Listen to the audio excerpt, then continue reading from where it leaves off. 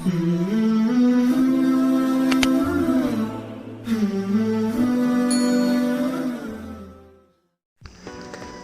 दोस्तों, स्वागत है हमारे आयुर्वेदिक यूट्यूब चैनल पोखंत रेमेडीज में। दोस्तों, पिछली वीडियो में हमने देखा कि पोखंत आंवला जूस से हमारे क्या क्या ज़बरदस्त फ़ायदे होते हैं। दोस्तों, इस वीडियो में आगे बढ़ने से पहले मैं आपसे निवेदन करना चाहूँगा कि अगर अभी तक आपने हमारे चैनल को सब्सक्राइब नहीं किया है तो सब्सक्राइब कर लें, ताकि हेल्थ से रिलेटेड उपयोगी वीडियो आपको लगातार मिलती रहें। दोस्तों, आज हम जानेंगे पोखंत श्वास सिरप के हमारे शरीर के चमत्कारी प्रभाव के बारे में। दोस्तों, यह पोखंत श्वास सिरप पोखंत रेमेडीज का एक प्रोडक्ट है जो किसी भी तरह की खांसी, बलगम, श्वास रोग, सर्दी जुकाम और अस्थमा आदि सभी तरह के रोग के लिए रामबाण औषधि है।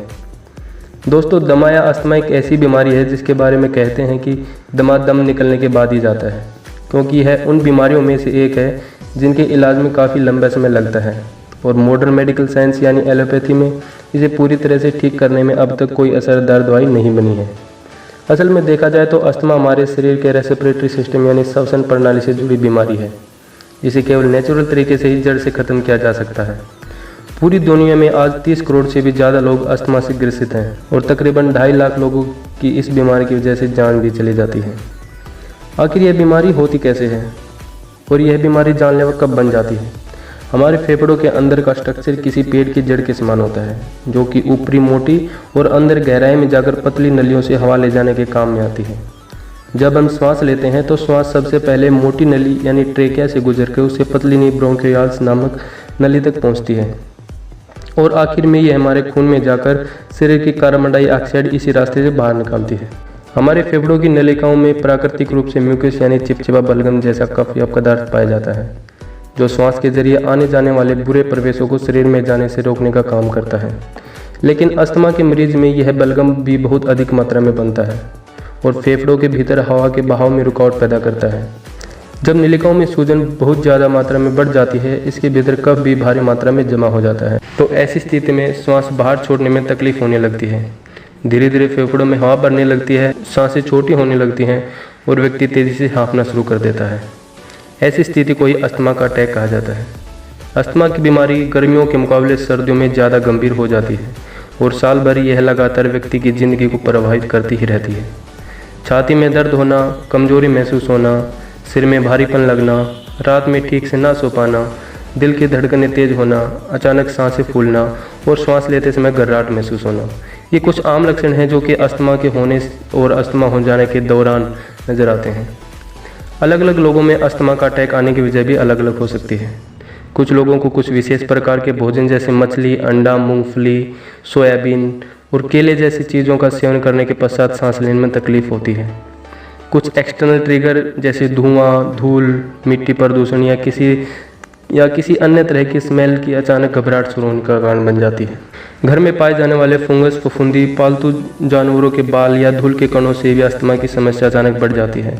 लेकिन ज़्यादातर लोगों को मेहनत वाला काम करने के बाद सांस फूलने पर अस्थमा का अटैक आने लगता है। क्योंकि इस बीमारी का एलोपैथी में सक्सेसफुल इलाज नहीं है, इसलिए डॉक्टर अपना पूरा ध्यान ऐसी बीमारियों पर देते हैं जो कि अस्थमा के अटैक को आने से रोकते रहें। इसलिए दमा हो जाने पर व्यक्ति पूरी तरह दवाइयों पर निर्भर हो जाता है और दवाइयाँ ना खाने पर उसे कई तरह की मुश्किलों का सामना भी करना पड़ता है। लेकिन प्राकृतिक यानी नेचुरल ट्रीटमेंट ही एकमात्र ऐसा तरीका है जिसके जरिए लक्षणों के साथ साथ इस बीमारी की जड़ पर भी असर होता है। आयुर्वेद के हिसाब से दमा वात और कफ से जुड़ी बीमारी है। ऐसे में पोखंत रेमेडीज ने पोखंत श्वास सिरप निकाली है। पोखंत श्वास सिरप को मेनली छाती के इन्फेक्शन के लिए यूज किया जाता है। यह सिरप हमारे फेफड़ों को बल प्रदान करती है और जमी हुई बलगम को पतला करती, जिससे वह आसानी से बाहर निकल आता है। यह एक असरदार ब्रोंकोडिलेटर है जो हमारी सांस की नली को अच्छे से खोलती है और सांस नली तथा फेफड़ों के इन्फेक्शन को भी दूर करता है, जिससे के कारण हम श्वास अच्छे से ले पाते हैं। इसमें मिलाई हुई जड़ी बूटियों में एंटीवायरल और एंटीबैक्टीरियल प्रॉपर्टीज पाई जाती हैं, जो बैक्टीरियल इन्फेक्शन और वायरल इन्फेक्शन दोनों को ठीक करने में कारगर है। दोस्तों, यह औषधि अस्थमा के रोगियों के लिए बहुत ही लाभदायक है।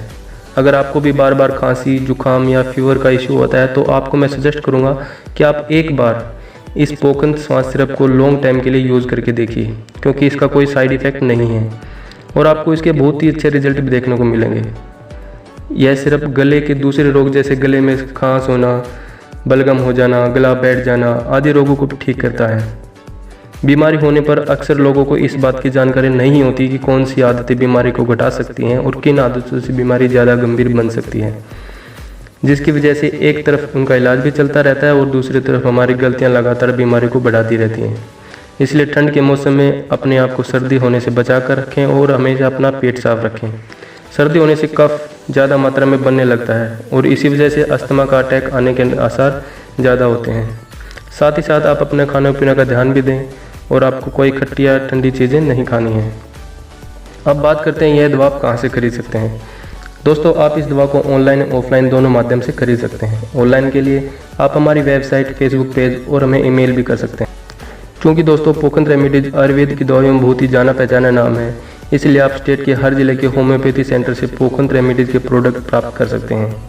अगर आप टेलीफोनिकली फ़ोन के माध्यम से अपनी बीमारी के इलाज के बारे में कुछ जानना चाहते हैं तो आप पोखंत रेमेडीज आयुर्वेदा के विशेषज्ञों से बात कर सकते हैं, जिनका फ़ोन नंबर आपको स्क्रीन पर दिखाई दे रहा है। दोस्तों, आज की इस वीडियो में बस इतना ही। उम्मीद करता हूँ मेरे द्वारा बताई गई जानकारी आपको अच्छी लगी होगी। लाइक कीजिए अगर आपको यह वीडियो पसंद आया हो, कमेंट कीजिए यदि आपकी कोई राय या आपको कोई सवाल हो, और शेयर कीजिए उन लोगों से जिन्हें इसकी ज़रूरत है। और अंत में हमारे चैनल को सब्सक्राइब करना ना भूलें। धन्यवाद।